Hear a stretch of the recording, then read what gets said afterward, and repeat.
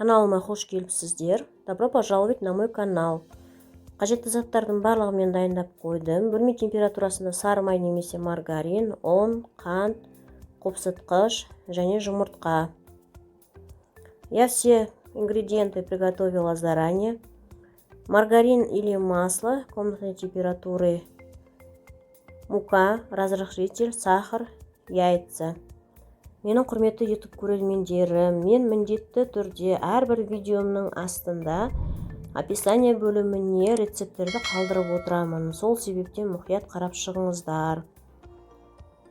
Мои дорогие YouTube зрители, я всегда оставляю рецепты в разделе описаний, поэтому будьте внимательны и смотрите раздел описаний.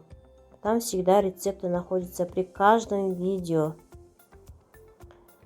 Маргарин немесе майды осылай қатты суық та емес, қатты жылы да емес, орташа температурада болу керек. Крошка жасап аламыз бірінші. Маргарин или масло должно быть не такой уж холодный и не такой уж прям мягкий, должно быть средней температурой. Будем делать сначала крошку. Потом в конце яйца добавляем и замесим очень мягкое тесто. Өте жұмсақ, әдемі, қолға жабыспайтын қамыр илеп шығамыз қазір. Мен қамырым дайын болды. Осыны енді мен екі бөлікке бөлемін. Біреуін үлкендеу, біреуін кішілеу етіп бөлу керек. Я вот замесила такое мягкое, очень эластичное тесто.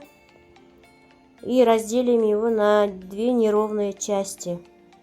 Үлкен бөлігін тоңазытқышқа, кіші бөлігін мұздатқышқа саламын. Побольше часть оставляем в холодильнике, поменьше в морозильнике. Обязательно накрываем, чтобы не высохло тесто. Қамырымыз кеуіп кетпес үшін міндетті түрде орап қою қажет.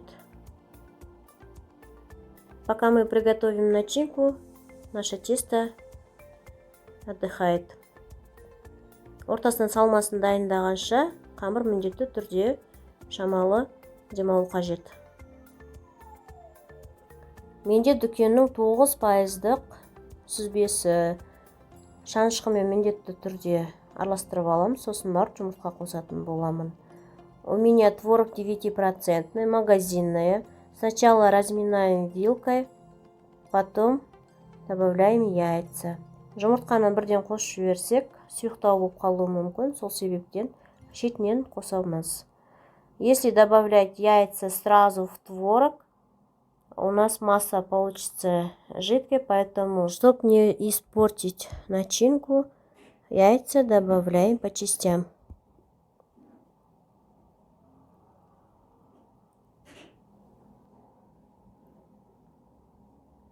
Салмасы осындай қою болу қажет. Масса должно быть таким густым. Тоңазытқышта қамырды шығарып, енді үккіштен өткіземін. Тесто, которое я оставила в морозильнике, натираю на терке.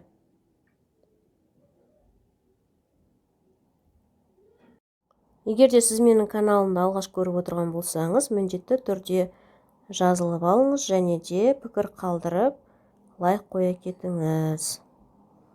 Если вы смотрите мой канал первый раз,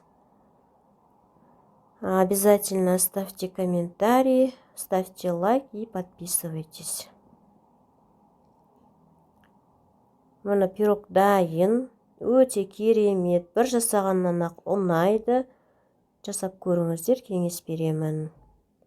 Бір жасағаннан ақ ұнайды, нәтижесін комментарий бөлімінде күтетін боламын. Этот пирог вам понравится с первого раза, поэтому жду результатов в комментарии. Сау болыңыздар. Всем до свидания.